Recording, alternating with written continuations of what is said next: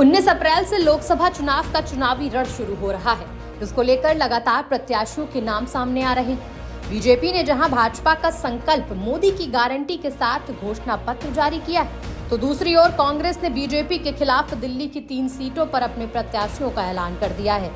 इन सीटों पर उतारे गए उम्मीदवारों में सबसे ज्यादा हाई प्रोफाइल सीट है नॉर्थ ईस्ट दिल्ली की, क्योंकि कांग्रेस ने 2 बार के सांसद और सिनेमा स्टार मनोज तिवारी के खिलाफ जेएनयू के छात्र रहे कन्हैया कुमार को मैदान में उतारा है। तो क्या कन्हैया कुमार बीजेपी प्रत्याशी मनोज तिवारी के लिए चुनौती बन सकते हैं?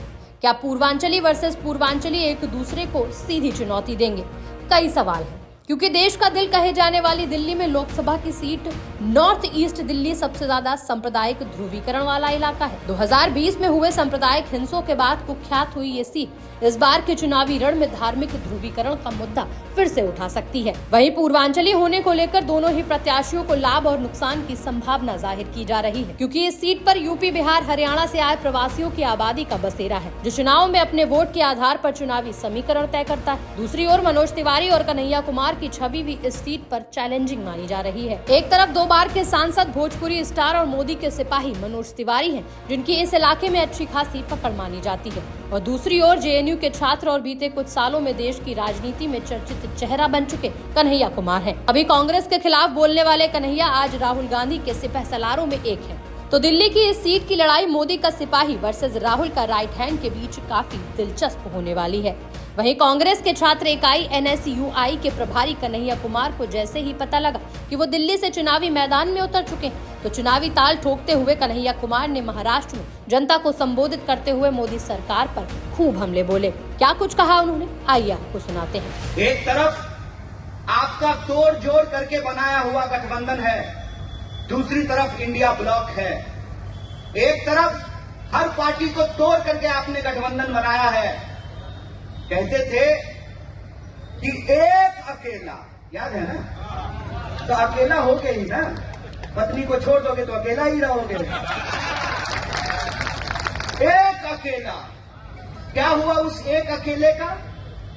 उस एक अकेले की हालत यह है कि महाराष्ट्र में अगर आप गिनती करना शुरू करेंगे तो पहले बाला साहब ठाकरे जी की शिवसेना तोड़ी, शिंदे जी को लेकर के आए, तब काम नहीं चला तो फिर पवार साहब की एनसीपी तोड़ी और भतीजा जी को लेकर के आए, अजीत दादा को लेकर के आए, तब भी काम नहीं चला तो कांग्रेस के उन नेताओं को शामिल करना शुरू किया जो अपना चुनाव हार चुके हैं।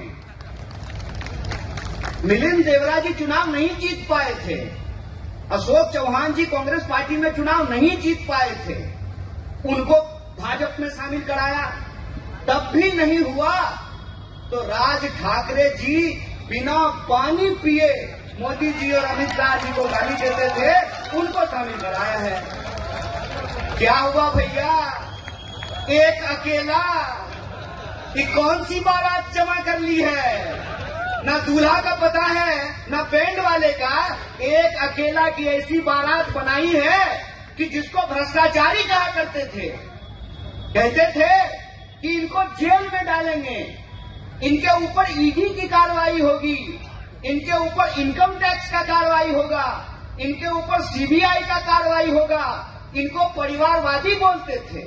बताइए, जब तक अजीत दादा कांग्रेस के साथ थे तब तक परिवारवादी थे, जो ही फडणवीस जी के साथ बैठे हैं तो परिवारवादी नहीं रहे हैं वो।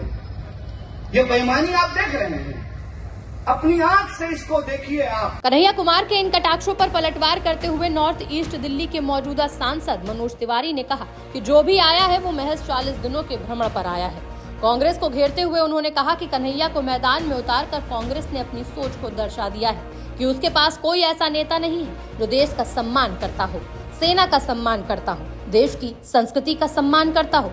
यानी विपक्ष जनता के सामने ऐसा प्रत्याशी उतारकर सब साफ कर चुकी है कि उनकी सोच क्या है। बहरहाल एक बात तो तय है कि नॉर्थ ईस्ट दिल्ली के नतीजे चाहे जो भी आए, पर आने वाले दिनों में देश की राजधानी दिल्ली की राजनीति की दिशा जरूर तय करेगा।